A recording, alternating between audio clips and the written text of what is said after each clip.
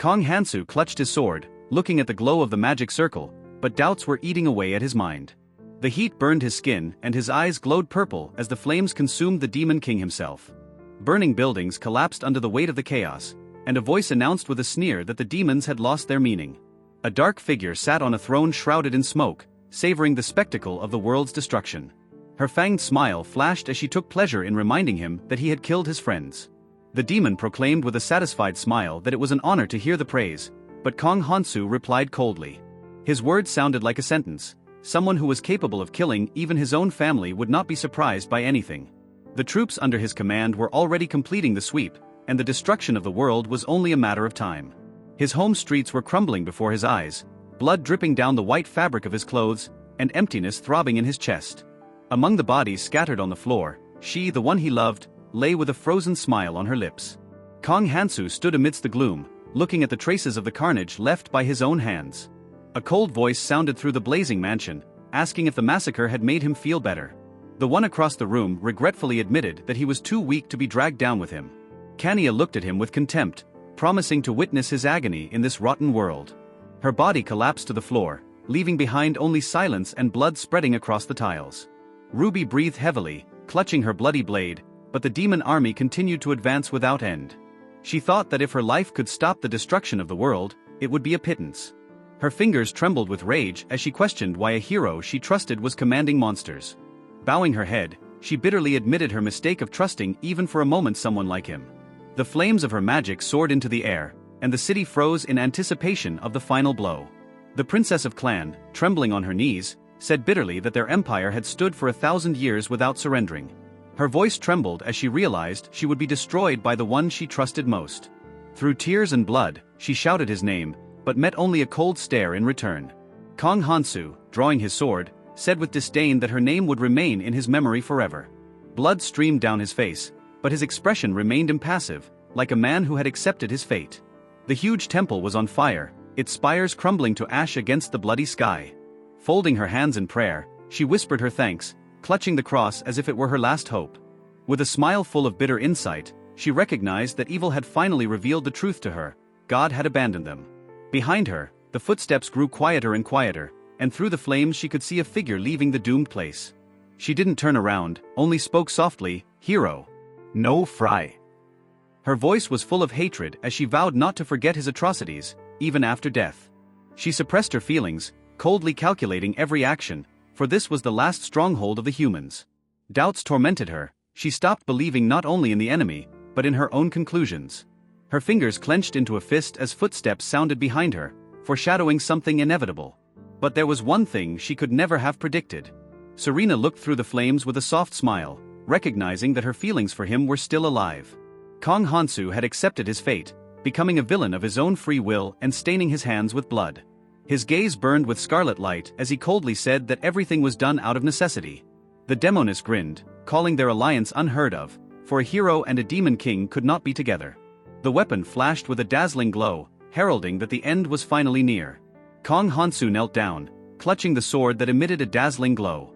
The demoness' eyes widened alarmingly as she sensed the incredible, frightening aura. Her voice trembled as she demanded an explanation, watching the flash of energy cover them. But he only grinned, stating that there was nothing surprising about it and everything was going according to plan. His plan was simple: to disappear with her, leaving behind only light. The light would tear through space, opening a path to save the world he had destroyed. This path could bring back everyone he had killed, erasing his own sins. Kong Hansu's eyes opened wide as a new, overwhelming reality pierced his consciousness. He sat up in bed, breathing heavily, feeling the clammy cold on his skin. Slowly turning around, he saw a familiar shape and realized he was home again. Kong Hansu flipped through the calendar, realizing he was back to the day before he entered the academy. He spoke a single word, and a familiar system echoed in the air, confirming the reality of what was happening. A text appeared before him, telling him that the path of the villain was the only way to save the world. A light breeze ruffled the curtains, as if to remind him that he had no choice. The screen lit up with words announcing that he had finally entered the hidden route. Kong Hansu looked forward with firm determination, vowing that he would save everyone this time. The majestic palace spread out before him, and the question of the strange symbols rang in his mind. The boy looked up at his father, waiting for an explanation as to why the letters seemed so foreign. The man replied thoughtfully that this written language was called kana, and was used in ancient books. Only the heirs of the Starlight family could understand their meaning, for it was their blood gift. They stopped in front of the entrance, beyond which began a path that could not be traveled backwards. The man said firmly that the boy would have to go on alone, despite his surprise. A warm palm rested on his head, and in his father's voice was the gravity of the inevitable. With an expression of determination, he told his son to steadfastly accept his fate, whatever it might be. Fry nodded, confirming that he had heard of the prophecy that defined his role in this world. Fry stood before the statue of his ancestor, feeling the weight of the will of a hero who had once defeated a demon king. His father had explained that the prophecy known to all was only part of the secret passed down in their family. The real prophecy stated that 1,000 years after that battle, the heirs of the two powers would appear. He paused, realizing that this moment had come, that the prophecy was coming true right now. Swallowing, he took a cautious step forward, entering the place where his destiny awaited. Fry tensed, looking around in the darkness, but there was nothing but emptiness around him. A light flashed beneath his feet, illuminating the strange space that surrounded him.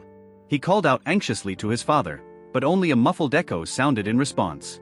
Bright sparks slid across the floor as he took a cautious step forward. He froze, realizing he was in a place he had only guessed at before. Fry stepped forward, watching the mysterious symbols flash before him. His eyes widened in surprise when he saw a sword shrouded in blinding light. His hand reached for the weapon, but he stopped, realizing it was the legendary sword of a hero. A harsh voice made him recoil. Someone had said it was too early for him to touch it. Fry raised his hands, stepping back until his gaze met the cold stare of the stranger. Fry waved his hands, exclaiming who was in front of him, but he heard an unexpected question in response. The stranger noted with slight surprise that his ancestor must have looked different. The boy hesitated, looking at the image but not finding anything familiar in it. His companion asked indifferently if he had come to learn how to conquer the world. Fry frowned, recognizing that perhaps conquest and salvation were not so different. The stranger said thoughtfully that the world Fry lived in wasn't just a bad ending. Before he could object, his nose was squeezed, causing him to blink in surprise. In the next second, a vision flashed before his eyes, a bleak, ruined world. He watched anxiously, realizing that this was the future that awaited him if he made the wrong choice. A muffled voice sounded nearby, asking if he now saw the truth. Fry sank heavily to his knees, realizing that before him was a world of despair. He had just seen himself lose everything he held dear, and he couldn't face it. The stranger calmly demanded an answer, forcing him to make a choice right now. Gritting his teeth, he said in a trembling voice that he agreed, he had no other choice. A tear slid down his cheek as he firmly decided to follow in his ancestor's footsteps. Fry clenched his fists tightly, making a promise to himself to protect everyone he loved. The stranger grinned, remembering something important he had forgotten to mention. The boy tensed as he realized that it wasn't just a ghost of the past standing before him, but a hero. With a slight sigh, he offered to show him the only way to a happy ending. A warm palm touched his forehead, revealing the truth that could save the world. The voice sounds harsh, warning Kong Hansu that this path will be full of pain and sacrifice. The world flashes with blinding lines of light, tearing through space and pulling him into the unknown. A majestic building appears before his eyes, shrouded in cool air and promises of uncharted trials. Kong Hansu clenches his fists, feeling everything going according to a familiar scenario, but something has clearly changed. The system screen flashes in front of him, triggering a new ability that will determine his fate. Kong Hansu looks at the system screen, noticing that it reminds him of a prophetic book from his childhood. He recalls how his ancestors showed him the way and revealed the secrets of hidden methods. Figures of people whose fates are intertwined with his own future flash before his mental gaze. There is a knock on the door. Kanya asks permission to enter and her voice sounds confident. Kong Hansu relaxes, deciding that after all he's been through, he can finally take a little break. The system finishes updating, and Kong Hansu remembers how long it's been since he's seen Kanya's sincere smile. An alarm message appears, alerting him to the presence of a deadly threat in his surroundings. He tenses as he hears the strange sound and instinctively turns his head towards the source. Kanya takes a step forward, calmly closing the door behind her and stating that she will seize the moment. Her gaze turns cold, and one eye flashes with an ominous light, hiding ill intentions. Kanya stands in front of Kong Hansu with her arms folded, her calmness seeming sinister and pressuring. He is stunned when the system informs him that the heroines have retained the memory of the previous cycle. A voice warns that any encounter with them will result in the destruction of the world, just like last time. The upgrade is complete and the system is now fully accessible, but the store is still locked. The screen flashes brightly, activating emergency mode in the face of the impending threat. The system alarmingly reports that all 5 protagonists remember the events of the previous cycle. Kong Hansu is alarmed to realize that no one warned him of this twist. An eerie pressure looms over him, and he feels the air fill with murderous intent. Kanya stands before him, shackled by invisible chains, her body dried up by an innate curse. He realizes that she is not just a butler, but one of the heroines foretold in the prophecy. Kong Hansu tensely ponders that if Kanya remembers the past cycle, things could go wrong. She talks about her childhood, but her voice sounds like there's a threat lurking behind the words. He swallows nervously, realizing that at any second she could kill him without a second thought. Kanya calmly asks if he'll be having dinner, and he replies in a casual manner that it will be brought as usual. Her eyes flash with a cold light, and you can sense the hidden warning in her short understood. A loud bang shakes the door, causing Kong Hansu to flinch in surprise. He shivers, remembering Kanya's icy stare and realizing that she remembers everything. Not realizing what's happening, he decides that the most important thing now is to prepare for the worst. The system goes off again, warning that a powerful killing intent has been detected nearby. Kong Hansu stares irritably at the screen, wondering if he had sensed something different before. The false villain's premonition skill activates, detecting a deadly threat nearby. The system indicates that the source of the danger is Kanya, but killing the master will harm her as well. Kong Hansu tensely ponders whether she really hates him enough to decide to do this. Kanya enters the room with a tray, placing a plate of hot soup in front of him. Her cold bon appetit makes him realize that he's just trash to her.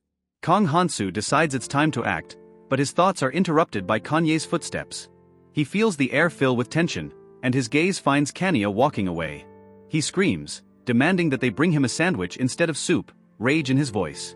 A flash of force shakes the room, and Kong Hansu prepares to retaliate.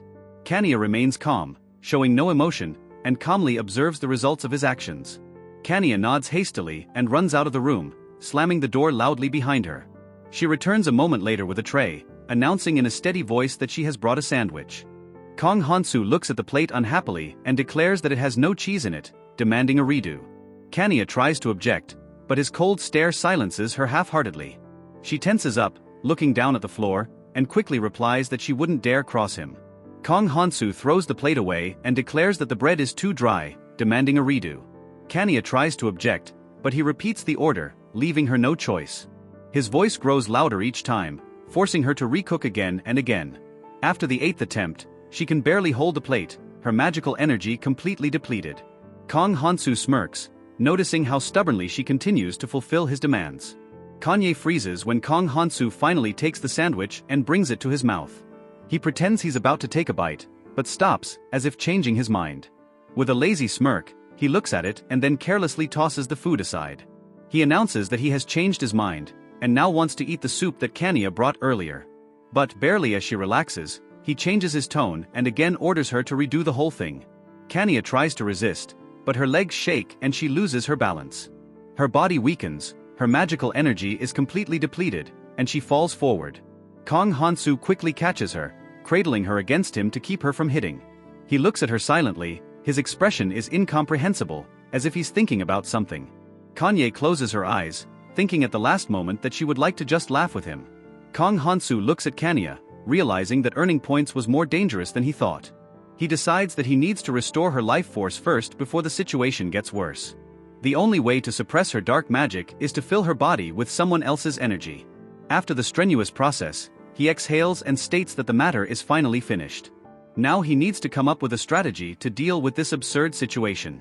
Kong Hansu frowns as he realizes that his original plan is now unfeasible. With about 2 months left before the main assignment begins, he must proceed with caution. He wanted to stay in the shadows, but events that weren't in the prophecy are ruining his strategy. Besides Kanya, there are 4 other main characters he will have to face. One of them, his traveling fiancée, doesn't require much attention yet. The clan princess, lacking the support of the royal family, is not yet a threat. The real problem is the mysterious heroine lurking in the shadows and weaving intrigue. Saint Furloche seems naive, but one wrong move and she'll ruin his reputation.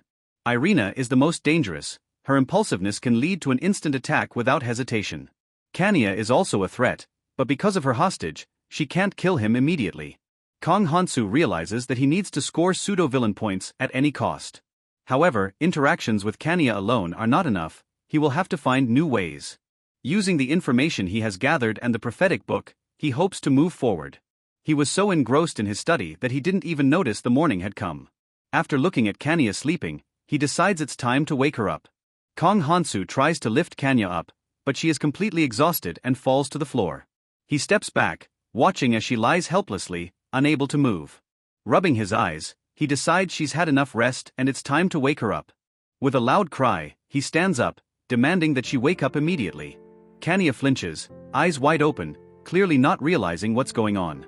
Kanya frowns, looking at Kong Hansu, but he only mockingly asks if she has any complaints. He reminds her that today is his first day at the academy, and tells her to get the carriage ready. Kanya quickly agrees, hiding her displeasure, and hurriedly leaves the room. Kong Hansu opens the system, looking at the available options and accumulated points. It becomes clear to him that 100 points is not enough, needing several hundred to purchase skills. Kong Hansu sighs, realizing that he will have to gradually gain points to avoid dying. He grins grimly, anticipating how fun his life at the academy will be. During the reception, his speech is admired by the students and faculty. Surrounded by attention, he hears himself being praised for his origins and outstanding talents. With a smirk, he notices that these people have hidden agendas, but decides to play along. The noble bastards in front of Fry smile, offering not only a deal, but also women for his entertainment. Fry takes a sip of wine, lazily replying that he wants to see how sincere they are first. A hard stab of the knife into the meat accompanies his dark thoughts of how fed up he is with these bastards. He realizes he has to play along with these rotters for points, even if it makes him disgusted. A sudden shout about some unruly women makes him frown, trying to figure out what the fuck is going on. From behind the door comes the scream of a girl desperately resisting those who are forcibly dragging her inside. One of the aristocrats, smirking, informs Fry that they have brought the girl in as promised. Irina, with disheveled hair and signs of struggle, lashes out angrily, but she is held firmly in place. Fry is alarmed. There's no way Irina, a brilliant fire mage, would let herself be grabbed so easily. His gaze darkens with suspicion. What if this is a trap, and she deliberately let herself be captured? Fry opens the system store, quickly running his eyes over the list of available skills and items. He selects Emergency Defense, a one-time effect that can save from a fatal blow. Clutching the glass in his hand, he ponders that the points he earned on Kanya came in handy. Looking intently at Irina, he notices something amiss, his thoughts beginning to feverishly run through his options. The system confirms his worst fears. Irina's mana is depleted, which means she's going to blow everything to hell. One of the girls screams in frustration, cursing the bastards, but they just smirk, enjoying their position. One of the aristocrats irritatedly yanks Irina back, clutching her by the hair and ordering her to shut up. Fry, looking at all of this with cold contempt, calmly drops one word, "Get out." The guy, not expecting such a tone, raises his head and insolently interjects, grinning. But Fry does not change his facial expression. He repeats his order, smashing the glass on the floor. The aristocrats deflate instantly, hurriedly agreeing and stepping back, their faces betraying fear. One of them throws a strained goodbye, wishing Fry a good time, and quickly scurries away.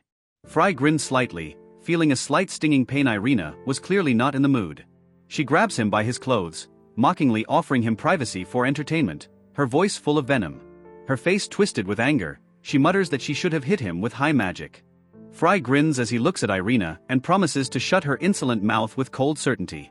Irina clenches her fist, her body tensing, but she no longer has the strength to fully resist. She grits her teeth, mentally cursing the situation, to be grabbed just before midnight, and just like that. Her gaze flashes with rage, but something else flickers inside, fatigue, irritation, despair. Fry suddenly falls to his knees in front of her, his body weakened and his gaze unfocused. Irina looks at the collapsed Fry, and one of the girls cheerfully offers to take a chance and run away. The fugitive whispers that they are lucky, for those who are caught here usually meet a terrible fate. One of the watchers notices with disgust that the bastard considers ordinary people to be mere commodities. Fry, lying on the floor, sighs mentally. All this risk was only possible because of his emergency defenses. The clock on the wall slowly counts down the last seconds before midnight, thickening the unsettling atmosphere. The system confirms the completion of the emergency defenses, revealing the details of the midnight curse placed upon Irina. Kanya approaches calmly, noting that things have gone to the brink, but the situation is still under control. She looks at Fry, expecting an explanation, but instead of an answer, she hears only his inarticulate mumbling. Fry, lying on the floor, grins drunkenly at Kanya's arrival, as if meeting an old friend. Ignoring his ridiculous state, Kanya irritably scoops him up under her arm and he cheekily demands that she carry him. Fry notes with a satisfied smile that he likes it when Kanya carries him so obediently. Kanya sighs, deciding that if that's the case we can at least use it to build up stamina. A grim image pops up in his mind. He always saw Fry as a pathetic rogue. With hatred in his eyes, he thinks he would have killed him on the spot if it weren't for his sister. But then the memory changes. Kanya stands before him with a warm smile, holding out a bouquet. In the memory, Kanya's anxious voice sounds, begging him to stop the dangerous venture, but he only stubbornly continues. Later, lying in bed with a bandaged arm, Fry waves it off, assuring her it's nothing and will heal quickly. Kanya embarrassedly offers to do it herself, but Fry smilingly tells her to stop being so uptight. In the present, his gaze is full of gloom.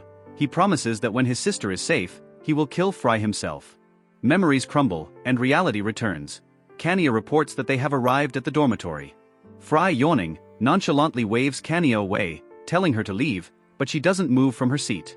She calmly states that she will be staying here from now on, since the Duke has ordered her to keep an eye on him. Fry freezes, trying to comprehend what she has said, his face reflecting utter bewilderment.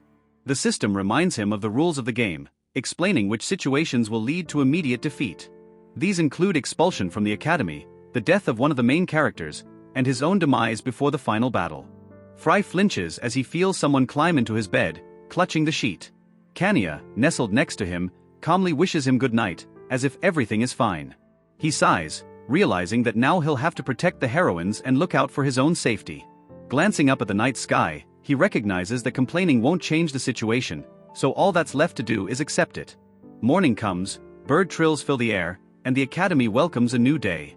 Kanya coldly reminds Fry that it's time for him to get up or he'll be late.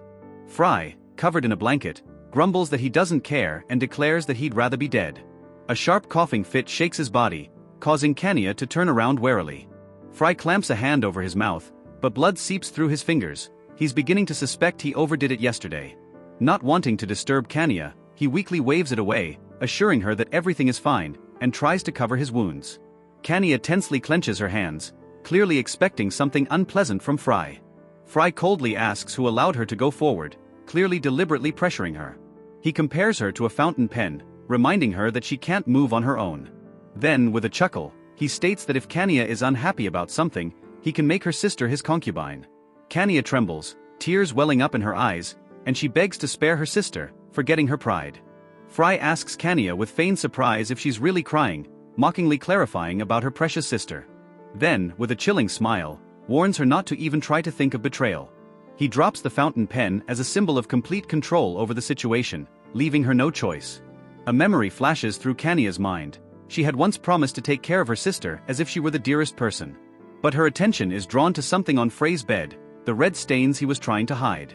Kanya stares tensely at the bloody stains, trying to see if Fry has any illnesses. Meanwhile, class begins at the academy, with students seated in the spacious classroom. The new teacher greets the class, introducing herself as Isolet Bivram, their mentor for the year. As soon as Fry and Kanya step inside, the teacher cuts them off, announcing that they are late. Fry clucks her tongue irritably, blaming it on Kanya, and the latter clenches her fists anxiously in anger. Irina turns around angrily, not believing her eyes, and demands an explanation as to how Fry is still alive. Fry stares at her blankly and lazily replies that he has no comment. Irina clenches her fists, seething with anger. Her magic was perfect, so how did he survive? The teacher nonchalantly raises her pointer, silencing everyone and starting the lesson. Fry sighs irritably, looking at the blackboard and agonizing over why one would even bother studying on the first day. Fry stares dejectedly into the void as the teacher wraps up the lesson, and Irina boils with anger. The teacher puts the book on the table, announcing that the next class will be held outside. Someone gently touches Frey's shoulder, drawing his attention, and hesitantly calls his name. A girl stands in front of him with a warm smile, offering to perform the blessing ritual in a quiet place. She blushes slightly, adding that she would like to do it in private if possible. The system reacts instantly, alerting Fry to a strong killing intent nearby. He looks at the girl with a slight chuckle, realizing that her intentions are all too obvious. Without hesitation, he refuses, which clearly throws her off balance, causing her to be perplexed. She anxiously excuses herself, stating that her blessing is not something money can buy. Her eyes fill with tears, her voice trembles, and she looks at him pleadingly, apologizing. Fry remarks with a cold expression that being too pure of heart only causes problems. The teacher loudly announces that the next lesson is combat training, ordering everyone to assemble. Raising her sword, she demands that the students come out one by one to duel. Blades clash with a resounding clang, glinting in the air and creating a tense atmosphere. Fierce fights are already underway in the arena as the others watch, studying each other's strengths and weaknesses. The girl swung her sword with cold confidence. Her movements were quick, precise, without a single mistake. The guy opposite stopped, but his uncertainty was too obvious. The girl indifferently declared that it was useless. He tried to use magic, but barely caused a faint spark, which only made her laugh. Those sitting on the sidelines were watching, and one of them scornfully said that it was pathetic. He turned away tiredly and indifferently announced that it was now Kania's turn, waiting for something more dignified. Kania stood calmly before her opponent, briefly confirming her readiness as the air between them tensed. The girl in red intercepted the hilt of her sword without hesitation, her gaze full of focused determination.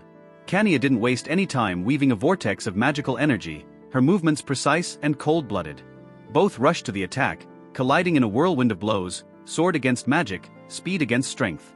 The observer sitting on the sidelines watched the fight nonchalantly, but doubt flickered in his mind. But Kania?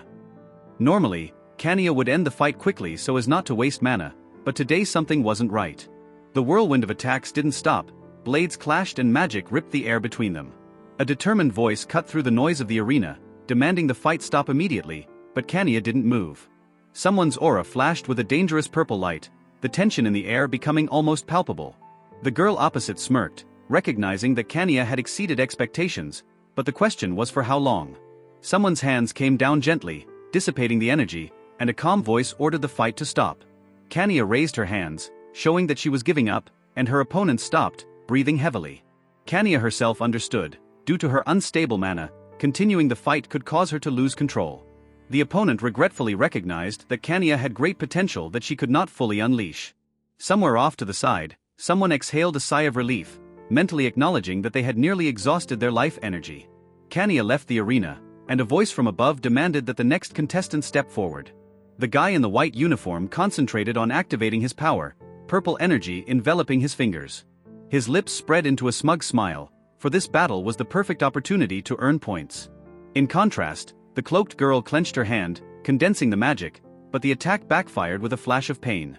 She cried out and recoiled, and someone immediately ordered her to be taken to the healing room, ruling out continuing the fight.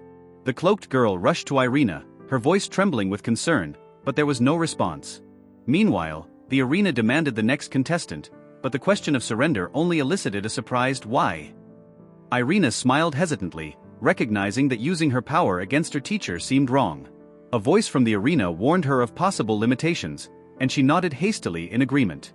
A focused gaze slid around the hall, and a stern voice announced that it was the last contestant's turn. The crowd cheered as a tall young man rose from his seat, his name echoing through the rows. He walked leisurely downstairs, each step sounding crisp and confident in the silence of the arena. With a slight grin, he stood across the room, holding his sword defiantly as if enjoying the attention. His voice came out with a sneer. He wondered how much fun his sister was having playing the role of eager teacher. Her answer, however, was equally sharp. Did he himself enjoy playing the noble lord? The young man swiftly strode forward, promising to beat the crap out of her head once and for all. Swords clashed, his cocky smile only irritating her, making her grit her teeth. He mentally noted that his amulet was proving to be a worthwhile investment, giving him even more confidence. Dodging the attack with ease, he grinned, declaring that this was only the beginning of their fight. With his sword glittering with magical energy, he prepared to deliver the next, even more powerful blow. From above the arena, two dazzlingly bright swords cut through the air, rushing towards their target. The blow was powerful, and the opponent barely parried it, but her face was contorted with tension. The onlookers couldn't believe it. The teacher who had seemed invincible was now forced to retreat. She clenched her teeth, trying to keep her balance, but the young man continued to press forward without hesitation. A realization pierced her, her eyes widened and her breath caught in surprise. Her sword flew into the air, knocked out by the powerful blow, glinting in the light. It fell to the ground with a thud, and there was a tense silence all around. All eyes were fixed on the weapon lying on the floor, as if no one could believe what had happened. Someone's trembling hand clenched into a fist, and their voice trailed off into a frightened cry for that very amulet. The girl stood up, pointing at it, claiming it emitted the aura of the devil himself. The girl tensed as she looked at him, her voice shaking when she asked if it was true. He only grinned, offering to check for himself if she had the courage. As her hand came closer, the amulet flashed with dark energy, emitting an ominous glow. A screech rang through the air, magic swirling around, filling the arena with an oppressive atmosphere. The crowd buzzed, some whispered fearfully about forbidden magic, while others watched with greedy interest. Fry grinned as he looked at his score, pleased with how many points he had managed to earn. A harsh voice interrupted his thoughts, demanding that he follow immediately for a private conversation. Tension hung in the office as a stern gaze studied him intently across the desk. Fry merely shrugged, stating that it was just one artifact, nothing serious. But a cold question rang out in response: what had happened to it? After all, it used to be different. The screen analyzed her emotions: anger, frustration, worry, regret, and sympathy. Fry only smirked, stating that emotions were useless and honesty was the province of the naive. She sighed and reluctantly admitted that she would forgive his antics for the first time. But on one condition: he must take her to the very store where he'd taken the artifact. Her gaze turned cold as she stiffly announced that she was going to destroy everything there. Fry smiled nonchalantly, offering to go to the store tomorrow, since he had his own shopping to do. She brushed it off irritably, insisting she wasn't going to buy anything, but agreed. The conversation ended and she turned around and headed for the exit, leaving him behind. There was a faint hesitation in her voice as she said his name softly. The thought kept her wondering, what had happened to him, why had he changed so much? Fry entered the room, casting a distracted glance at the girl standing there, as if oblivious to her presence. She greeted him quietly, but he only sighed tiredly, brushing the conversation aside. A soft toy cat in her hands caught his attention, and he asked where it was from. She explained that it was a gift from his little sister, obviously expensive and meaningful.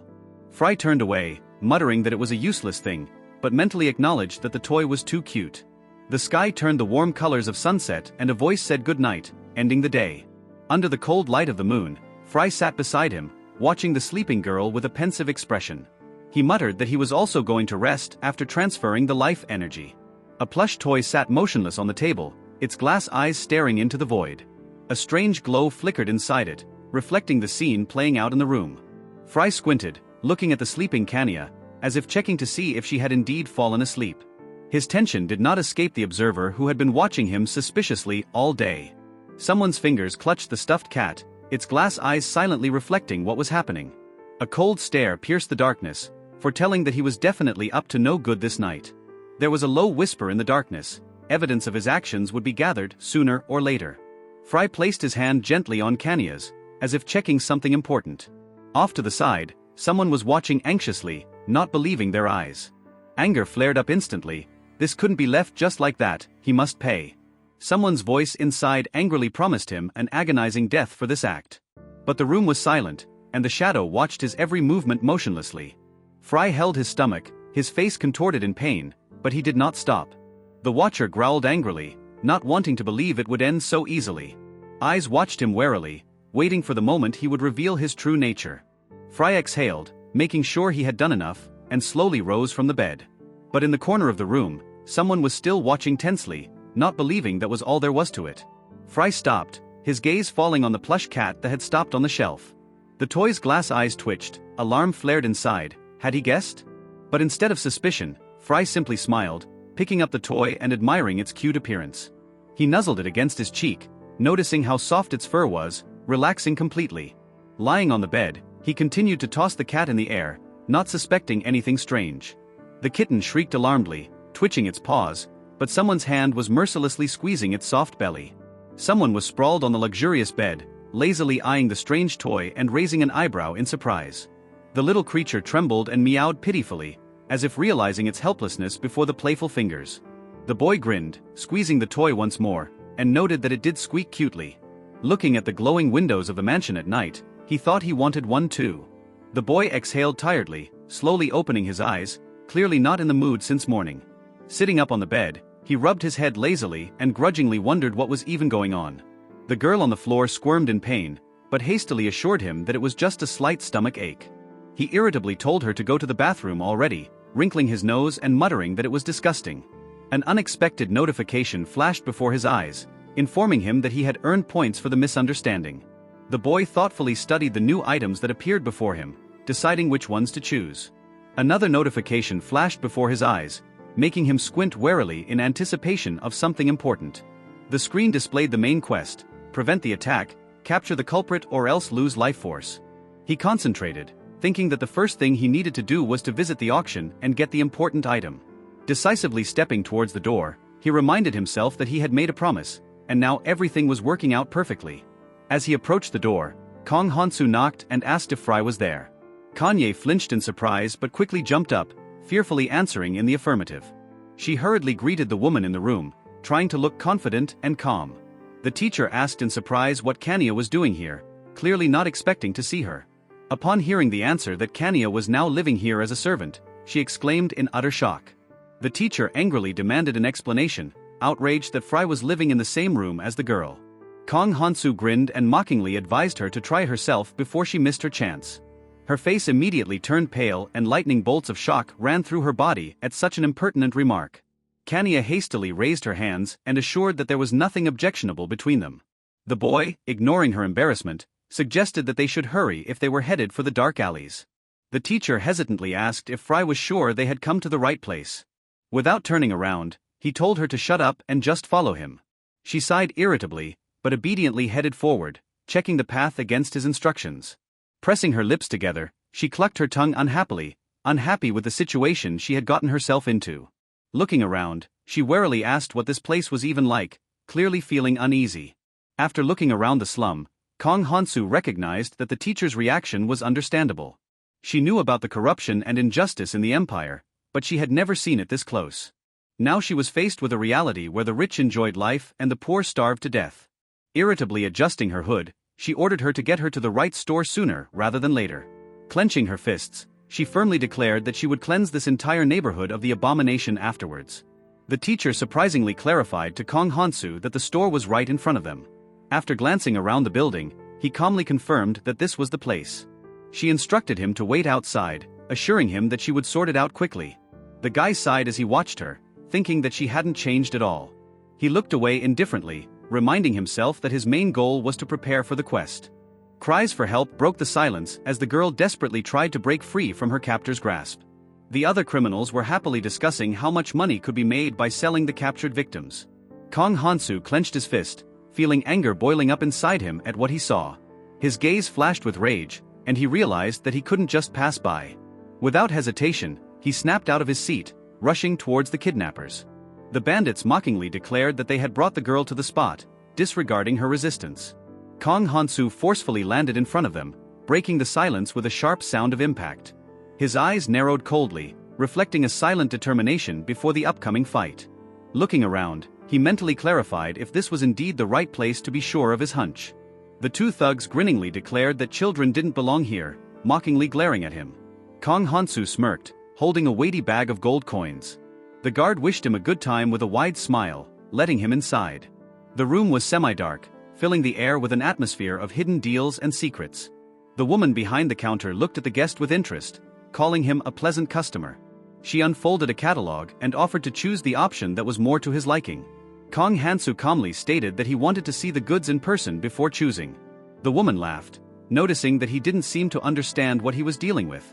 With a smile on her face, she invited him to follow her, promising to show him everything in person. They made their way down the dark staircase, lit only by the sparse torches on the walls. He hummed to himself, confirming his hunch that there was indeed a secret place here. Kong Hansu squinted slightly, sensing that something was wrong here. A window of information popped up in front of him, talking about a servant of the Demon King himself. He realized that the situation had become suspicious, so he decided to examine everything more closely. The woman stopped and smilingly offered him a look around, making an inviting gesture. Dark hallways with bars spread out before them, immersed in an ominous silence. The woman announced loudly to make everyone in the cell smile, for a new client had arrived. Behind the bars, the girls laughed strangely, their voices sounding unnatural and hollow. They continued to laugh as they welcomed the guest, but their eyes were filled with fear. The hostess suggested with a chuckle that it might be too much for the young master. But Kong Hansu calmly replied that he was fine with it, making her smile even wider. Kong Hansu calmly stated that he preferred someone younger, causing the woman to raise an eyebrow in surprise. He nonchalantly held out another bag of money to her, clarifying if she would be satisfied with the amount. She grinned as she looked at the gold and exhaled, stretched out as if amazed at his generosity. With a sly smile, she admitted that since that was the case, she had no choice. Tapping on the wall a few times, she activated the secret mechanism, opening access further. Mysterious symbols glowed on the wall, and a hidden passage slowly opened before the woman. With a satisfied smile, she explained that it was a secret corridor leading to special goods. But before she could take a step, Kong Hansu pounced on top of her. She collapsed to the floor with a thud before she even realized what had happened. Without wasting a second, he immediately rushed forward, disappearing into the depths of the secret passage. Kong Hansu rushed forward, ordering the woman to be quiet and not to disturb him. His eyes widened in shock when he saw something he definitely didn't expect. A dungeon with a magic circle designed for a dark ritual opened up in front of him. This was the place where people were gathered to awaken the Demon King by sacrificing their lives. The caged children screamed, begging for help, hoping he had come to save them. A woman emerged from the darkness, confidently asking if anyone had noticed an intruder. Seeing Kong Hansu, she angrily ordered the servants to capture him alive. He hesitated, not wanting the children to see his face, and adjusted his hood. His hand rested confidently on the hilt of his sword, preparing for a quick battle. Gathering his strength, he calmly asked everyone to wait a bit before the inevitable fight. Kong Hansu attacked lightning fast, cutting down his enemies with precise and ruthless blows. The woman watched anxiously as her minions fell one by one before she could even defend herself. Taking a step back, she anxiously asked who he even was. He silently shook off the blood-spattered clothes, not even bothering to answer. Backing away, she shouted alarmedly, demanding that he not come any closer. The woman screamed alarmingly, begging to tell him what he needed and offering any information she could. She tried to seduce Kong Hansu, reminding him that succubi were especially good at it. But he didn't even let her finish, swinging his sword lightning fast and interrupting her last words. Falling down, she mumbled confusedly that her offer was quite favorable. But he only coldly replied that he never makes deals with those who harm children. The blade went deep into her body, blood gushed to the ground, and the girl collapsed exhausted. The rescued man spoke words of gratitude in awe, looking up at the clear sky overhead. His hood hid his face, but there was indifference in his voice. It didn't matter to him. He handed the children the money and sternly ordered them not to linger, but to head straight home. An interface flashed in front of his eyes, announcing the completion of the Go task and asking him to choose a reward. The interface informed him that the reward for each task would be minimal, but someone called out to him. A girl stood in front of him with concern in her eyes, asking how he knew they were there. He remembered that she had been caught on the street earlier, and decided to hand her the reward. Holding out the ring, he calmly said it was just a lucky charm. The girl confusedly asked why he had chosen her, but only got an evasive answer. The girl looked at him hesitantly and asked him for his name, wishing to repay his kindness someday. He only calmly replied that it didn't matter to him, he had just done his duty. Before he left, he said that she should study magic, as she had a talent for it. She looked at the ring doubtfully, pondering his words and the possibilities of what it could do. Clutching the jewelry in her hands, she thanked the hero, firmly promising that she would definitely become stronger. With shining eyes, the girl promised that she would repay her debt someday, asking her to wait for that moment. At that moment, Kong Hansu had no idea what this small gesture would lead to. He clutched his clothes tightly, as if trying to keep his nerves under control. Confused, he wondered if this way was the only way out of the situation. The grand hall was full of people, and he was already being urged to behave himself ahead. Kong Hansu realized that the plan was risky, but he knew that there was no better bodyguard than his sister. He tensed when something unexpected flashed before his eyes, making him wary. He turned around, exclaiming, was this really the artifact they were looking for? Looking around the interface excitedly, he wondered why Kanya was here. The atmosphere was heating up when someone crouched down beside him, drawing his attention. Kong Hansu stared at the interface in surprise. Klana was here as well. New data popped up in front of him, confirming that the situation was getting more and more complicated. The next screen showed the identity of another member with the blessing of the Sun God.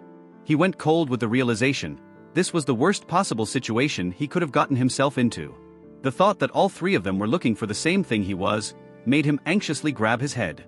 Kong Hansu tensed up, realizing that someone was trying to get their hands on an artifact capable of subjugating the mind. The host announced that they were facing a mysterious item with indescribable power beyond analysis. The interface confirmed his worst fears. It was the Stone of Domination, suppressing the will of the victim. The auction began and the bidders prepared to bargain, knowing that the artifact was too valuable to pass up. Without hesitating, Kong Hansu picked up the license plate, determined that no one but him should get it.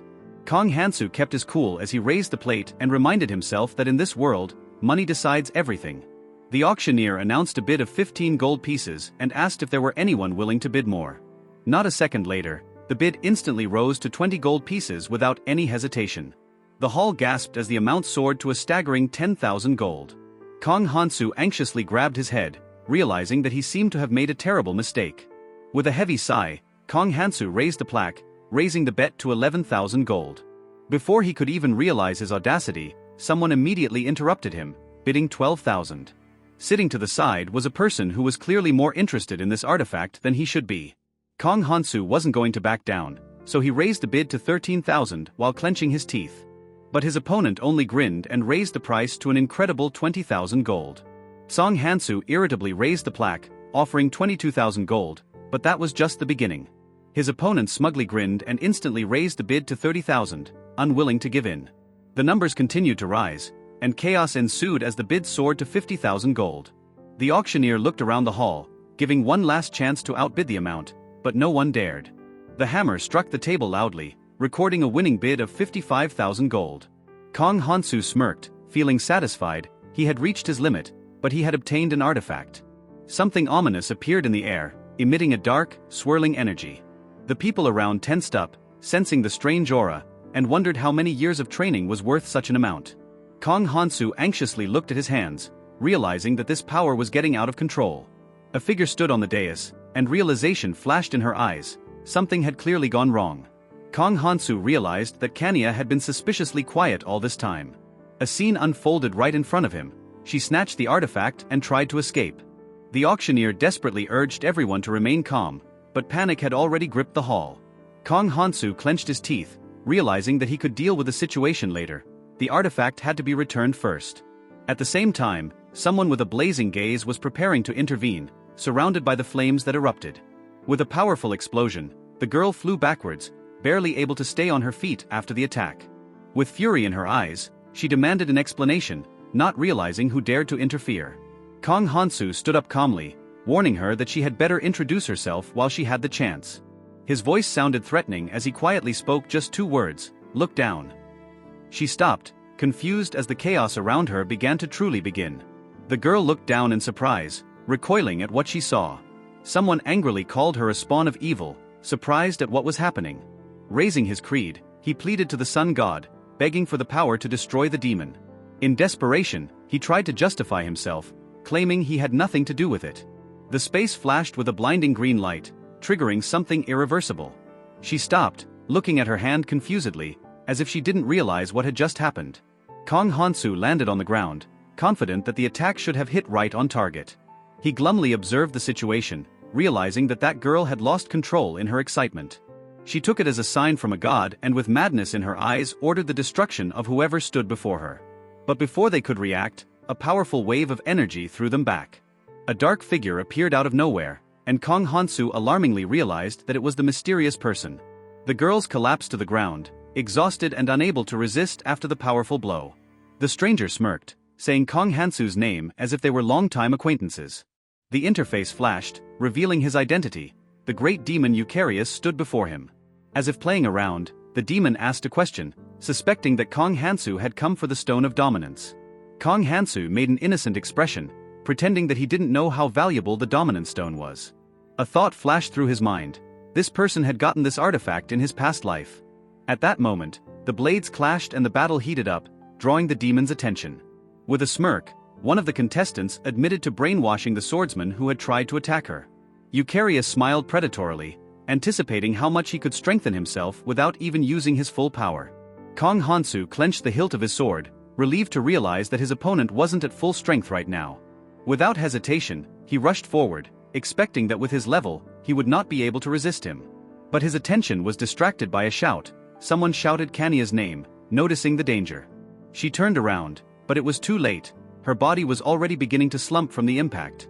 The blade pierced her side, and warm blood flooded the floor, leaving a frightening picture around her. Kong Hansu opened his eyes wide as hot blood spurted from his mouth. His body collapsed to his knees, and the injured Kanya weakened in his arms. She tried to focus her eyes, but the pain only grew worse with each passing second. With concern in her voice, she asked if he was all right, barely holding back a cough. Breathing heavily, Kong Hansu struggled to hold on, trying his best to support her and keep his balance. Kong Hansu tensely met Kanya's gaze, realizing that the situation had gotten even worse. She looked at him questioningly, not understanding what was going on or why he was protecting her. Her voice shook as she tried to ask who he was and why he was helping her. He clenched his fists, realizing that even with Eucharius dead, his mind control was not gone. An enemy stood before him, and he wondered if he would have the strength to defeat her in his current state. The masked man inhaled convulsively, his heart pounding frantically and a mute question lingering in his eyes. He was thrown back by a powerful wave of magic, his sword was ripped from his hands, his body was pierced by pain. A sharp spasm clenched his throat, and he wheezed and coughed, feeling something dark seeping into his body. His knees buckled, his vision swam, and ahead of him stood the man with the sword, breathing heavily. Consciousness cleared, the spell was going to dissipate, but now it was necessary to escape as quickly as possible. Someone shrieked, demanding a name, but the fugitive did not stop, only quickened his pace. His outstretched hand trembled, his voice was a plea, but the dark figure was already in the distance. His legs were barely steady, his breathing was ragged, his thoughts confused just so long as he didn't lose consciousness. The crowd flashed before his eyes, the conversations blended into a hum, but he moved stubbornly forward. He had to get to the dormitory, or all this would be a waste of energy. He clung to consciousness with his last strength, knowing he couldn't give up no matter what happened. Somewhere else, Kanya reached up, fixing her mask, and said she had had a great night's sleep. But her bare foot stepped in a pool of blood, and she stopped in confusion. A sharp cry escaped her as she realized that a bloody corpse lay before her. The cloaked man looked at her anxiously, confused, asking if it was really Kanya. The cloaked man looked at Kanya confusedly, perplexed as to what the princess was doing here. Kanya thoughtfully remarked that since he was here, he must remember his past life. The question sounded harsh. Was he an enemy of Fry or all of them at once? And the answer was expected immediately. Without hesitation, one word was uttered: enemy, short and confident, without a shadow of doubt. Kanya grinned, pleased with his determination, and someone behind him stretched out in surprise. Oh. Kanya calmly offered to join the alliance to destroy Fry, eliciting a surprised reaction. She then remarked with a smile that they should get together and discuss how to kill the creep. Someone tried to object, but Kanya erupted, stating that the church would only increase Frey's power. Another person quickly intervened, reminding them that Kanya, though a dark mage, was no equal. The cloaked man's eyes widened in surprise and he exhaled quietly, anxiously asking what it was. The night city glowed with lights, and Kong Hansu sighed heavily, reflecting on how difficult this day had been. He tiredly ran his hand along his side, realizing that if the enemy had been stronger, he might have died. The Demon King's servant appeared and the heroines began to gather, but his identity had yet to be revealed. There was the sound of the door opening, and he quietly apologized, informing them that he had just returned. However, another person in the room irritably exclaimed that Kong Hansu had already returned, clearly displeased. The man in the suit suspiciously asked where Kong Hansu had been all day, but the man tiredly waved him away. Annoyed, he demanded to stop asking and just turn off the lights, clearly avoiding the conversation. His interlocutor frowned, however, remembering seeing someone who looked like him in the alley. That person wore a mask, but he was holding a familiar sword, which raised suspicion. Kong Hansu gloomily thought that without proof, one could deny everything, but doubts were growing. The man in the suit nodded thoughtfully as if he understood something, and his voice turned cold. Then he recalled that Kong Hansu had dropped the star-shaped brooch while running away from the scene. Kong Hansu jerked forward, demanding not to touch it, fear reflected on his face. But his interlocutor only indifferently informed him that he had found her at an auction in a dark alley. He added with a chuckle that he had been in such a hurry to escape that he hadn't even noticed the loss. Kong Hansu clutched the brooch in his hand, his fingers trembling and his thoughts flitting anxiously. The man in the suit threw the brooch in front of him and demanded an explanation without hiding his suspicions. Kong Hansu turned pale, realizing that he had been exposed, and frantically tried to think of a way out. But suddenly he was pounced upon, pinned to the bed, and exclaimed, demanding an explanation. The interlocutor coldly remarked that it was pointless to deny, because the evidence was already there. A hand clenched the cloth, exposing the wounded side, and a voice coldly listed the evidence: the sword, the brooch, and this wound. The expression on his face remained rigid. They now had all the evidence that Kong Hansu was the man. The interlocutor demanded an explanation, staring at him intently. Why did he help then? Red signs flashed around him. The system had punished him by reducing his life force. A sharp pain pierced his body, and Kong Hansu collapsed backwards with a muffled cry, causing the person watching to startle. Kong Hansu wheezed, blood gushed from his mouth, and a voice nearby desperately shouted his name. He struggled to raise his hand, realizing how absurd the situation was. The day was full of surprises. The companion stopped, confusion flashed in his eyes, but then he gently called out his name again. Kong Hansu's body went limp as he lay on the bed, and the room was enveloped in an unsettling silence. In the corner, someone was watching tensely, wondering if it could be left as it was. Kong Hansu lay unconscious, and the other person thought grimly that if he had been abandoned, he would surely have died. But then his gaze softened, letting him die like this was wrong, at least for now. His hand slid to his face, his thoughts racing, to question him, and then to decide what to do next. The next moment, the air shook, dark energy swirled, and his companion braced himself for action. The palm of the hand clutching the magic rose above his body, and the voice in his head said firmly, it was time to enter his mind. Dark energy swirled around, and the man in the suit decided that this was the perfect moment to enter Kong Hansu's mind. If successful, he would be able to recognize his every thought and understand what he was hiding. But once inside, he was amazed to note how clear and calm this subconscious mind was. Villains are usually immersed in darkness, but here it was bright, which caused confusion and slight unease. A boy appeared in front of him, clearly puzzled, and shyly said hello, not realizing who was in front of him. The man in the suit looked at the boy with a frown and said that he was the master of this subconscious. A hand surged forward, shrouded in dark magic, and the child cried out, shackled by the chains. He had absolute power within this mind, so it was dangerous to relax. The magic of the oath filled the space, demanding truthful answers, and the boy desperately promised to answer. Without wasting time, the interlocutor asked the first question. Why did Kong Hansu help him then? The boy calmly replied that Kong Hansu had helped him because the man was important to him. The interlocutor frowned, incredulous at the repetition of the word. How could he be important after all that had happened? The child hastily added that there was a reason for this, as Kong Hansu had even sacrificed his life force. These words sounded too sudden, and the interlocutor only stared silently, not knowing how to react. The boy sighed as he crossed his arms, noting that words alone didn't seem to explain it. The boy raised his hand, and light flashed around him. He offered to show the truth instead of empty words.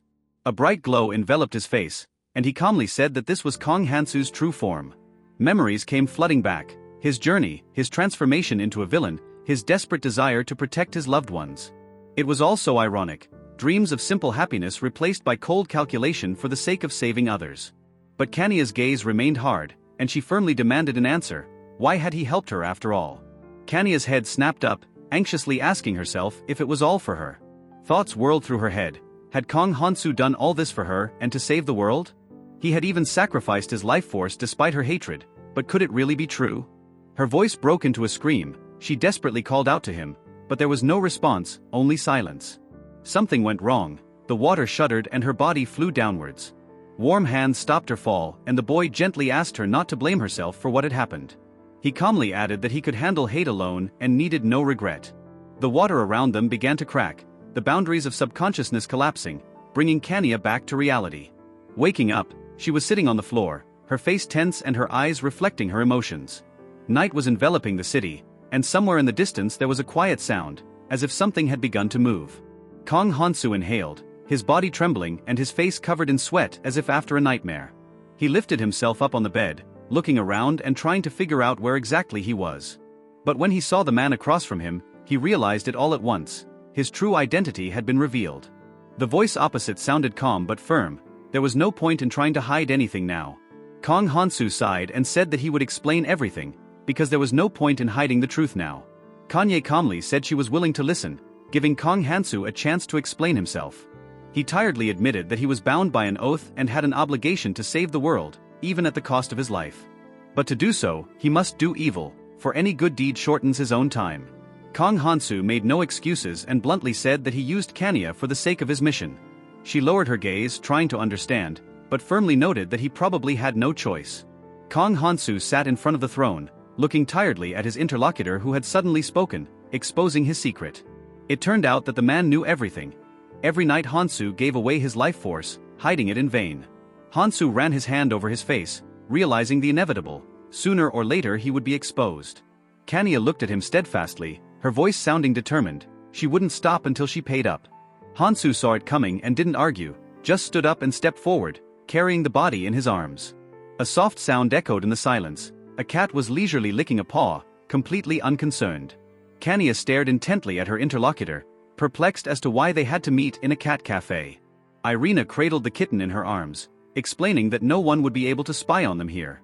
Kanya looked around silently, realizing that such a place was indeed suitable for a secret conversation. Ruby clutched the cats in her hands with irritation, declaring that she was ready to tear Hansa apart right now. Ruby confidently stated that even if they killed Hansa, their lives would go on as normal. Kanya hesitated, but realized, just wanting to get rid of him wasn't enough to win. She clenched her fists, realizing she couldn't do it all alone, no matter how hard she tried. The image of Hansu loomed before her eyes, carrying a heavy burden she couldn't share. In the end, all she had left was to do things, however small but meaningful. Kanya decided to start with the simplest of things, the things she could do right now.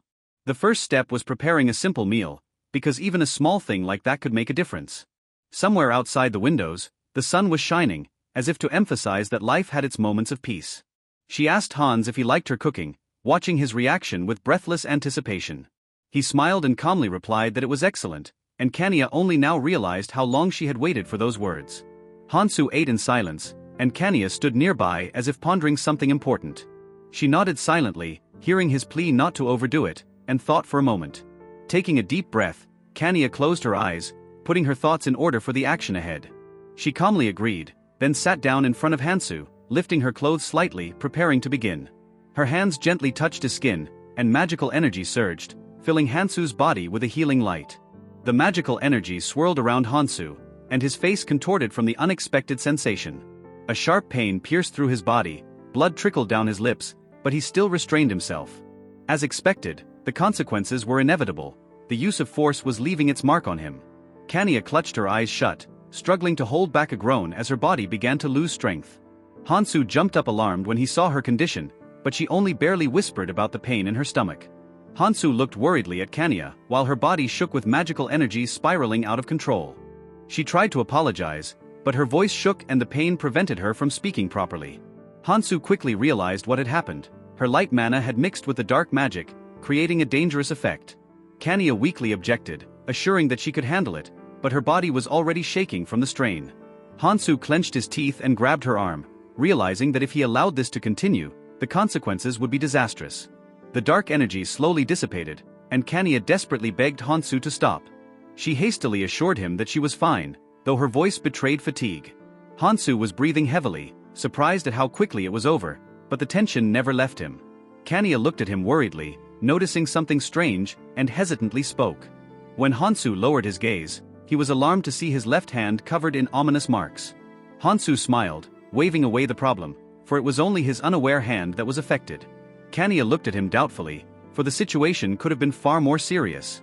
She remained silent, trying to realize if it would really go away on its own like he said. The sun lit up the academy, reminding her that classes were about to begin and there was no time to think. The dueling exam was announced in the study hall, and Hansu, despite his condition, was ready for the test. Hansu went over the points and skills he had accumulated, making sure he had used them to the best of his ability.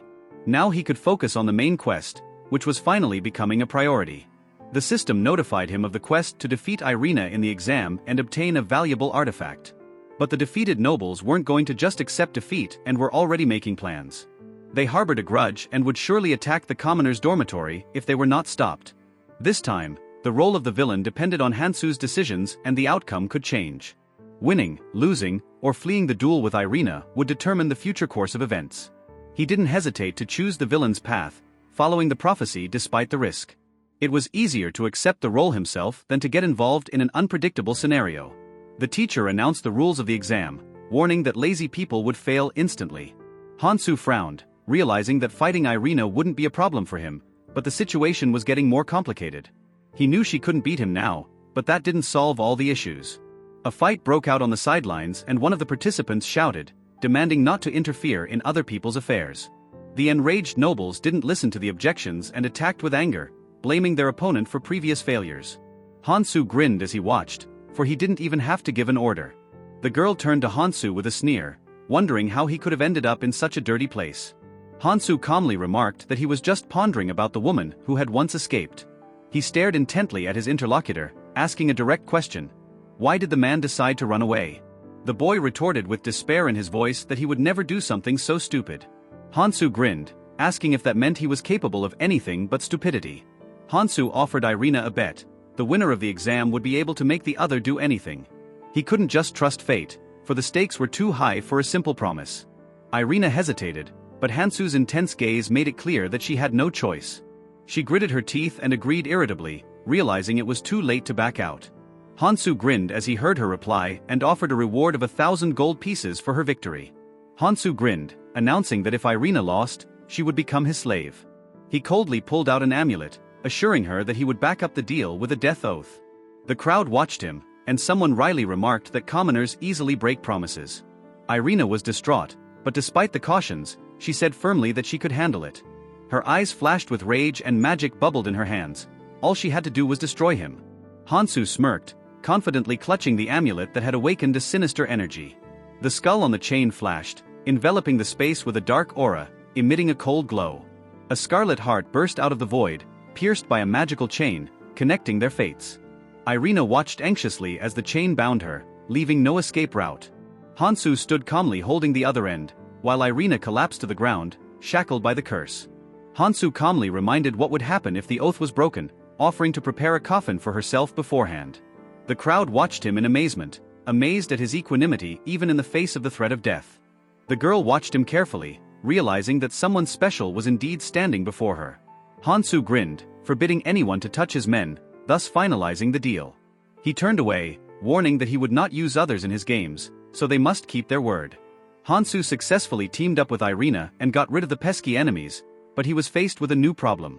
He realized that he had to intentionally lose to her while she was exhausted due to lack of mana. The system notified him of the new skill store options, which could prove to be quite useful. 3 days passed, and the shouting sounded again on the training ground, interrupting the silence. Hansu peeked out from the bushes, watching the scene as someone shouted a battle cry loudly. Irina was breathing heavily, realizing that her magic wasn't enough and the situation was getting out of control. She gritted her teeth stubbornly, believing that if she could unleash another spell, she would have a chance. Hansu watched her desperate attempts with a slight smile, even slightly sympathetic. Flames flared up in her palms, gathering into a powerful stream that she prepared to release. With a shout, Irina swung her arms up, releasing a huge vortex of fire into the air, rushing towards Hansu. Hansu grinned, noting that creating a fireball with that much mana was an impressive feat. He warned Irina not to overdo it, offering to transfer some of his magic to her. Irina breathed heavily, weakened from the attack, and her ally anxiously rushed over to her. Realizing that the situation was hopeless, the girl decided to step in to help in the fight. She suspected that Hansu would use the dangerous artifact again, so a different approach was required. Kong Hansu saw Ruby sitting on the floor, breathing heavily, while the man in front of her promised to help secretly. He suddenly brightened, clapped his hands together, and exclaimed excitedly that this was simply brilliant. The other tensed, looked away, and admitted that he didn't want to end up like him. Ruby sighed tiredly and said she could do it on her own, while the other person irritably noted her stubbornness. Kong Hansu, hiding in the bushes, sullenly thought that this stubborn girl could just accept help. Kong Hansu was sullenly sitting in the bushes, but his attention was caught by a strange movement that made him wary. A bird with a letter tied to it landed on his hand, which looked up at him and cawed softly. Unfolding the paper, he noticed that the message was not addressed to him, but to someone named Fry, and mentioned some secret. After carefully rereading it, Kong Hansu frowned, mumbling in surprise at the misspelling and the order to follow instructions. At the end of the letter, it said in large letters that the sender knew his secret and demanded that he report to the cathedral immediately. Kong Hansu looked at the letter with irritation, exhaled, and muttered that he was beginning to tire of this. The majestic church loomed before him, its spires reaching into the sky and white birds circling around. He slowly crossed the courtyard and pushed open the massive doors, which began to creak open before him. Hansu frowned, wiping the sweat from his forehead, and grudgingly remarked that this door was just too damn heavy. Inside the temple, he saw the back of a girl standing in front of a shining altar surrounded by mystical light. The girl stood in front of Kong Hansu with a puzzled expression on her face, gently asking if he had really come. She turned around, looking at him judgmentally, and demanded an explanation as to why he was trying to deceive her again. Lifting her chin, she firmly stated that it ends right here, with no way back. With a sweeping gesture, she pointed at him, loudly announcing that rumors about his real field would cause real chaos. Kong Hansu froze anxiously, looking at her and wondering why she was holding a maid's uniform. The girl smugly cradled the maid uniform in her hands and promised to keep the secret if Kong Hansu became her servant for life. He clutched his head irritably, snorted incredulously and grinned, saying that it wasn't even that big of a secret. The girl stepped forward, grabbed his arm, and shouted that she wouldn't let him escape. Kong Hansu yanked his arm, trying to pull away, but she held him with a forceful grip, not about to let go. Her fingers trembled, clenched into a fist, and a frustrated sigh of intense anger slipped from her lips. The girl pressed herself against Kong Han's, eyes wide, and exclaimed that this was simply impossible. The realization pierced through her, and looking dazedly in front of her, she mumbled for him to wait. Pulling away, she looked at him thoughtfully and noticed that his chest was too flat for a woman. Kong Hansu cried out alarmed when she innocently suggested to check things out for herself, as if it was a matter of course. She frowned sincerely, not understanding why it was suddenly a problem. After all, a woman could touch another woman. The girl flared up, grabbed her head and cried out anxiously, not believing what was happening. She tried to justify herself by mumbling that there were women with small breasts, right? Covering her face with her hands, she shuddered with rage and shouted that she was sick of it, calling Kong Hansu a pervert. He watched in silence as she turned around and hurriedly walked away, the ominous words of death echoing in his head. Kong Hansu frowned as he heard footsteps behind him and turned around when someone's hand reached out to him. Before Kong Hansu could turn around, a blinding light flashed and a powerful force threw him backwards. He felt his body being swept up in the air and then thrown to the ground with a thud. The girl, clutching her hands, screamed desperately that Kanya had found his weakness and was going to execute him. Her voice trembled as she added that she just wanted to save him, but now he had no choice. Kong Hansu gasped as he felt an invisible force constrict his throat, and his consciousness faded as he realized that she was just taking out her anger. Kong Hansu fell to the cold floor without strength, and the girl leaned over him, breathing heavily. She said with a grim smile that she was also a criminal now, but would soon follow him. Her gaze darkened as she confessed that in failing to convince him, she had only done harm. Her fingers trembled, clutching the object at her neck as she whispered that they would meet in the afterlife. But an interface flashed in front of Kong Hansu's eyes, informing him that the defense skill was saving him from a fatal blow. Everything became clear before Kong Hansu's eyes and he jumped to his feet, shouting loudly for her to stop. The girl stopped alarmed, dazedly exhaling his name and incredulously asking how he could be alive. Clenching her fists, she breathed heavily and announced with a burning look that she would definitely handle the situation this time. Her fingers frantically fumbled for a strange object and then pressed down on the glowing stone, activating something unknown. Kong Hansu calmly looked at her and coldly repeated that Kanye knew his weakness and was already preparing an execution. Kong Hansu grinned while pressing his hand to his chest and coldly asked if she really thought he would come without preparation. He slowly stepped forward, saying with pressure that the saint and princess would now be accused of attempting to assassinate the duke's son. His lips curved into a predatory smirk and his voice sounded with outright mockery, as if he was enjoying the situation. Looking into her shocked eyes, he lazily added that if this all turned out to be a rumor, the consequences would be disastrous. Against the evening sky came a trembling voice, barely discernible in the silence, calling his master. The girl clutched her broom nervously, looking around and uncertainly questioning if this plan would really work. Kong Hansu, sitting in his chair, calmly replied that it was still early, despite her obvious concern. He slowly raised his hand with the ring and coldly remarked that if he held back her weakness, Lady Kurana would be executed. The girl gritted her teeth in annoyance, reminding herself that she should have gotten his weakness, but it went wrong. In her haste to move, she stumbled, fell to the floor and groaned painfully, unable to keep her balance. The girl sat on the floor, lowering her head and sobbing pitifully, admitting that she couldn't take it anymore. Kong Hansu, sitting in the chair, grinned predatorily and asked if she wanted to do something else. She flinched, but firmly stated that spreading rumors was still better than doing such a thing. The interface flashed before her eyes, adding points and sarcastically calling him a sneak. She nervously clasped her hands to her chest and reminded herself that he was the one who said it and she was merely complying. Kong Hansu said with a cold gaze that if she didn't want consequences, she should just comply. The girl looked away and asked with pain in her voice what had happened to him. After all, he used to be kinder before. Her fingers trembled as she quietly recalled that he had once given her a potion to cure her wounds. But her voice filled with rage and she cried out that he was just using her trust for his own gain. Kong Hansu reflexively raised his hand as a strange light flashed around and irritably muttered what it was. The girl clenched her fists angrily, blushing with indignation, and threw in Kong Hansu's face that he was a scoundrel. She turned away, exhaled heavily, and said with a strained smile that she'd just do the cleaning like he'd told her to. An interface flashed in front of his eyes, informing him that there were no warm feelings left in her soul except for a drop of affection. The scene in front of him changed, showing a frightening vision of a future where he alone would take the punishment to protect the others. Kong Hansu stared thoughtfully before him, pondering that with this they would at least be safe for a while. The night enveloped the city in the soft light of the moon, snowflakes slowly swirling in the air, creating an almost fairy tale atmosphere. Kong Hansu walked up to the building where they were already waiting for him and heard a rebuke for being late, spoken in a calm but stern voice. He grinned awkwardly, making an excuse that he just couldn't resist the temptation to have a few drinks this evening. The girl looked at him worriedly and remarked that he had been having nightmares lately and now he was drinking. But Kong Hansu only smiled and gently offered to transfer some of his life force to her, telling her to lie down quietly. Kong Hansu took a deep breath, mumbled that everything was fine, and slowly undid the top buttons of his shirt. He smiled relaxedly and remarked with a slight sneer that he had forgotten to mention one important point. The girl averted her gaze, blushing, and nervously explained that there was a perfectly reasonable reason for the change of pose. Kong Hansu nodded lazily, but added with a playful smile that the problem was that he didn't know where to look. Her eyes widened in surprise, her face flashed, and she exhaled in confusion, not knowing how to react. The girl stopped, her face flushed, and she muttered excitedly that perhaps now was the right time to change things. She lay back on the bed, taking a deep breath, and Kong Hansu watched her silently, preparing for her next move.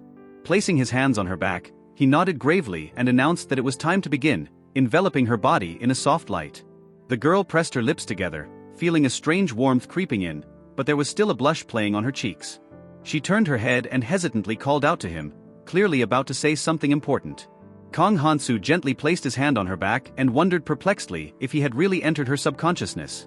A small talking cat suddenly appeared in front of him, looking at him with an impenetrable expression. A soft light enveloped his body as the voice explained that it had happened at the moment of unconsciousness. He looked forward thoughtfully, finally realizing that the girl was just trying to help, even if she had gone too far. She sighed tiredly, muttering that he shouldn't have been saved like that. After all, her past life was already shitty. Kong Hansu pensively pondered that perhaps she had always been like this, but he still hated hearing her words. He stared at the dim light, realizing that despite everything, she had sacrificed herself to save him. Waking up, he saw her get up and anxiously asked where she was going. The girl stood by the bed with her head down and quietly said that even if she couldn't, she was still trying to save him. Clenching her fists, she whispered that she could at least ease his nightmares if nothing else worked. The cat with the bow moved smoothly, her artificial eyes glittering in the semi-darkness, and Irina watched her with strained attention. A realization flashes through her mind. She herself had put magic into this toy, and now she held it in her hands, assessing the result. Cradling the cat in her arms, Irina closes her eyes for a moment, concentrating. This level of magic is not beyond her capabilities. She realizes that as long as the cat remains like this, it won't be difficult to get inside, and her lips quiver in a slight chuckle. Kong Hansu, meanwhile, finds himself in an eerie, darkened space and slowly walks forward, looking around anxiously to see where he is. Kong Hansu frowns, feeling uneasy and trying to figure out how he ended up in this strange place. Suddenly, a meow sounds in the silence and he sees a small cat with a bow around its neck in front of him. His eyes widen in surprise as he realizes that there is indeed a cat in front of him, seemingly appearing out of nowhere. He carefully drops to one knee, examines the animal, and notices that it seems vaguely familiar. Kong Hansu gets up and takes the cat with him, but then he notices a thick fog shrouding the street and becomes alarmed. Kong Hansu notices the people ahead and feels that the atmosphere here is different from before, as if something has changed. One of them, wrapped in a cloak, holds out a potion to the girl, asking if she is injured, as if caring about her condition. Looking at what is happening, Kong Hansu freezes in shock, realizing that this scene seems frighteningly familiar to him. Puzzled, he asks who this man is and why he is giving the potion, trying to understand his motives. The stranger introduces himself with a smile as Fry Rayon and sincerely remarks that it is natural to help those in need. The girl angrily clutches the potion in her hand, screaming that he is a liar and just wants to use her. Kong Hansu looks at her with slight confusion, realizing that this situation is strangely out of sync with his memories. Fry Rayon only calmly clutches the bottle in his hand and admits that he can't get her to trust him. He carefully places the potion on the ground, informing her that he will leave it here and it's up to her to decide from there. With a smile, he adds that it's up to her to drink the potion or throw it away, and then quietly walks away. Fry Rayon points to the cathedral in the distance, confidently stating that is where he is headed. With a smile, he suggests she check the place out for herself, for if he can't be trusted, then perhaps the people there can. The girl stares after him, clutching the potion in her hands, trying to figure out what he's really thinking. Doubts plague her, and a disturbing thought pops into her head. Maybe he's just pretending to be kind. But before she can make up her mind, the fog clears and her body turns to stone. Kong Hansu looks at the frozen girl and realizes with a cold heart that this is not just a dream. He is reminded of Felrohia's words. Her speeches always seemed meaningless, but perhaps there was truth in them. The more he ponders, the more he realizes that what he saw most likely did happen in reality. The thoughts in his head become confused, but one thing becomes clear: someone is interfering with his memories and distorting them. Footsteps appear in the fog, making him wary and look up. Kong Hansu tensely looks around, realizing that his memories have returned, but now two strange cats appear in front of him. His gaze darkens as he senses something sinister approaching, causing him to stop in anxious anticipation. A horrifying scene appears before him: a man stabbed with swords, shrouded in chains, with burning eyes full of hatred. Panic flashes through his mind, a clear realization that none of this is going at all according to plan. A dark force is pulling him into the unknown, and he realizes that if he continues in this direction, the consequences could be unpredictable. In the back of his mind, Kong Hansu hears a muffled voice calling his name, demanding that he awaken.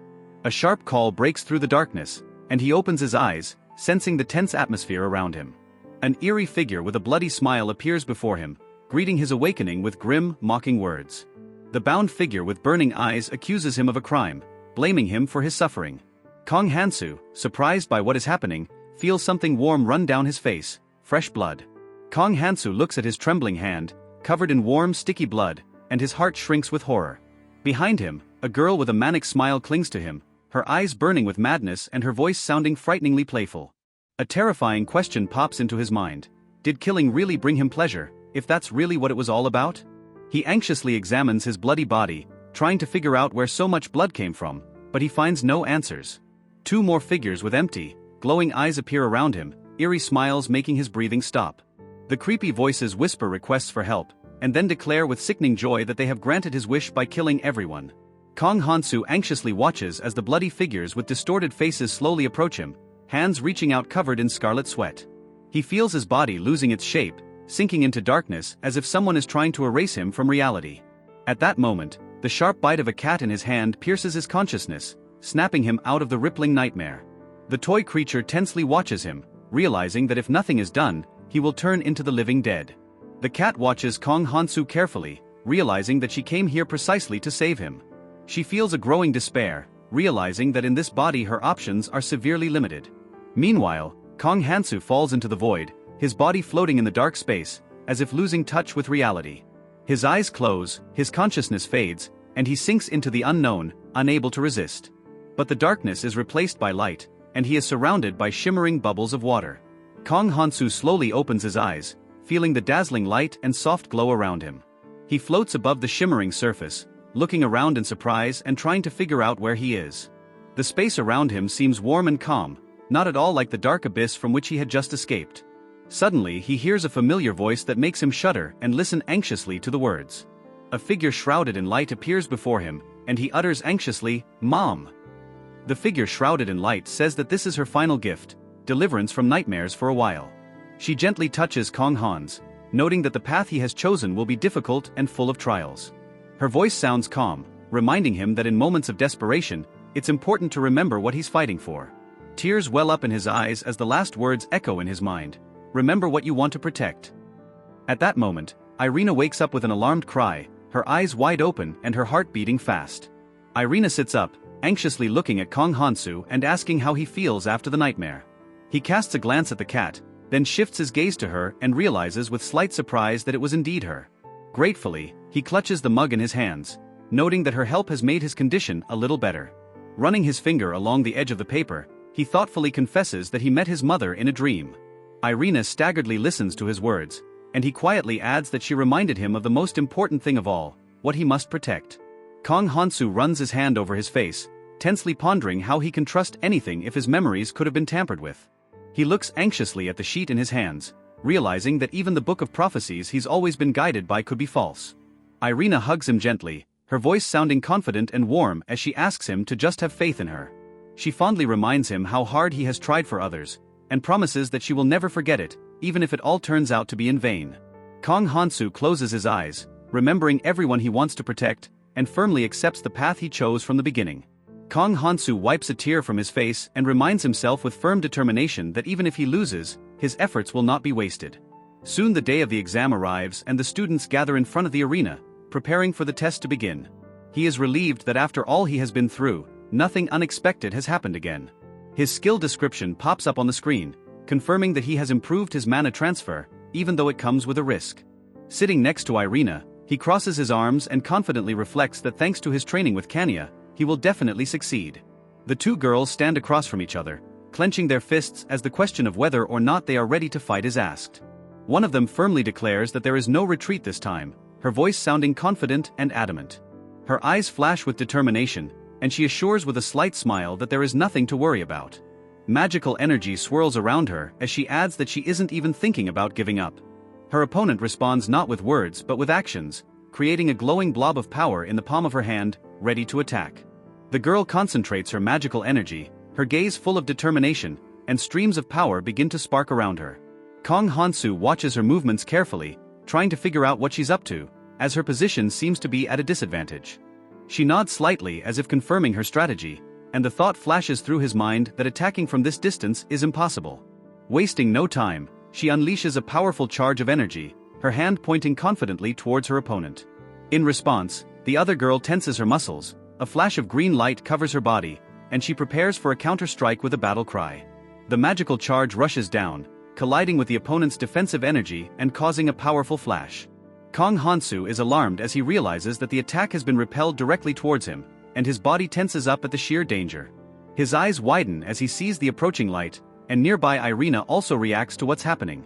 At the last moment, someone intercepts the blow, the sword glinting in the air, dissipating the energy and averting disaster. A cold voice sounds a tinge of warning, hinting that everything that happened was just an accident. Right? The instructor warns that if what happened was intentional, both contestants will be immediately disqualified. One of the girls clenches her fists with determination, suggesting that they finish the fight as soon as possible, giving no room for doubt. Both rush forward, their fists racked with energy, and the clash promises to be devastating. One of them bursts forward with incredible speed, her attack going straight for the target. The blow goes through her defenses, and blood spurts out of her mouth as she is thrown backwards. The stricken girl falls to her knees and the referee instantly declares her opponent victorious, ending the fight. The next challenge comes loudly. Irina and Fry are ordered to enter the arena for another fight. Irina looks at Kong Hansu with concern, but he only calmly replies that they have already prepared even for defeat. Wasting no time, he strides forward confidently, his footsteps echoing in the tense silence. The instructor slowly raises her sword, her voice sounding stern as she asks if they are ready for battle. The opponent sneers, raising a hand with fire blazing in it and mockingly orders Kong Hans to prepare to crawl in front of her. He remains calm, only smirking slightly in response, noting that her confidence is quite impressive. His sword sparkles with magical energy, and he challenges him to a showdown for the spectators. Tension flares between them, magic collides in the air, and both fighters are ready to use their full power. The instructor watches them closely, then steps forward and officially announces the start of the fight.